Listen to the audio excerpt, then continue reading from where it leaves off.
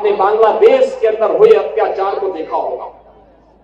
कांग्रेस मौन, समाजवादी पार्टी मौन, टीएमसी मौन, आरजेडी मौन, अन्य दल मौन। केवल भारतीय जनता पार्टी ने कहा था कि बांग्लादेश के हिंदुओं पे अत्याचार नहीं होना चाहिए। ये बांग्लादेश में हिंदू कौन है? बहन और भाइयों, ये सभी दलित हिंदू है, दमित हिंदू है।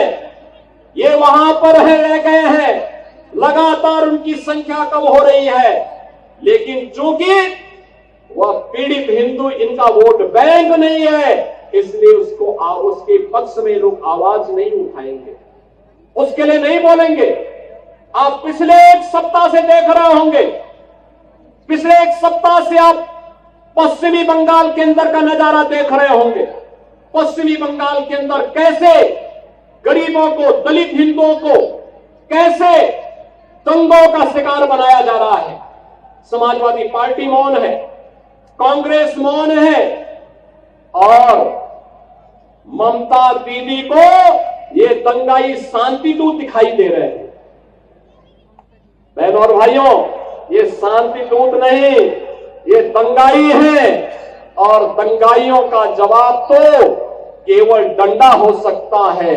उनके लिए अपील काम नहीं करेगी, और उन दंगाइयों से सख्ती से निपटने का काम वहां पे किए जाने की आवश्यकता है, सख्ती से करने की आवश्यकता है। बहनों और भाइयों, मैं आज आपसे यही कहने के लिए आया हूं आगरा में कि बाबा साहब का मिशन हर दलित, हर वंचित, हर गरीब को न्याय देने का रहा है। अन्याय चाहे वह बांग्लादेश के अंदर हो या पाकिस्तान के अंदर, या फिर किसी अन्य किसी भी स्थान पर, उसके खिलाफ आवाज उठनी चाहिए, अन्याय के खिलाफ आवाज उठनी चाहिए। ये बाबा साहब की प्रेरणा रही है। संगठित होकर के आवाज उठनी चाहिए, ये बाबा साहब की प्रेरणा रही है। और उसी प्रेरणा के लिए आज आप सबका आह्वान करने के लिए मैं आपके बीच आया हूं। सरकार आपके साथ होगी, आपके सुख दुख में शायद दो डबल इंजन की सरकार सहभागी बनेगी। सरकार आपके हितों के लिए संगठित करने के लिए पूरी प्रतिबद्धता के साथ कार्य कर रही है, आगे भी कार्य करेगी। बाबा साहब के सपनों को साकार करने का कार्य प्रधानमंत्री मोदी जी के नेतृत्व में ये डबल इंजन की सरकार पूरी मजबूती के साथ खड़ी होकर के करेगी। और उसी को ध्यान में रख करके आज मैं कहना चाहता हूं, जो लोग कह रहे हैं कि उनके लिए, कुछ लोग कह रहे हैं कि उनके लिए संविधान से बढ़कर के शरीयत है, तो मैं भी उनसे कहना चाहता हूं कि भारत तो बाबा साहब के द्वारा बनाए गए संविधान से चलेगा।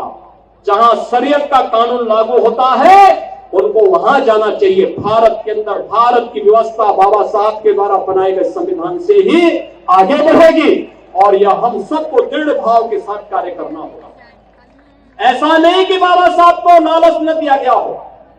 याद करिए, जब हैदराबाद के निजाम ने बाबा साहब को लालच देने का काम किया था, और वहां पर उनके रजाकारों ने वहां के दलितों पर, वहां के दलितों पर, वहां के हिंदुओं पर अत्याचार करना प्रारंभ किया था, तब बाबा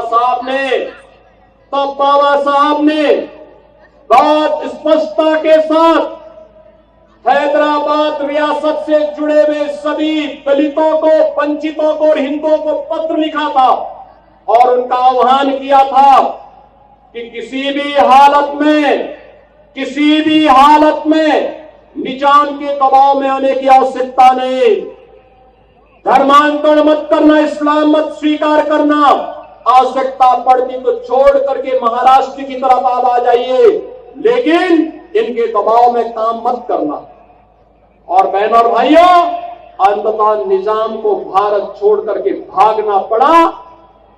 आज हैदराबाद रियासत भारत का हिस्सा बनी हुई है। बहन और भाइयों, ऐसे ही जूनागढ़ का नवाब भी करता था। आज जूनागढ़ के नवाब को भी भारत छोड़ करके भागना पड़ा था।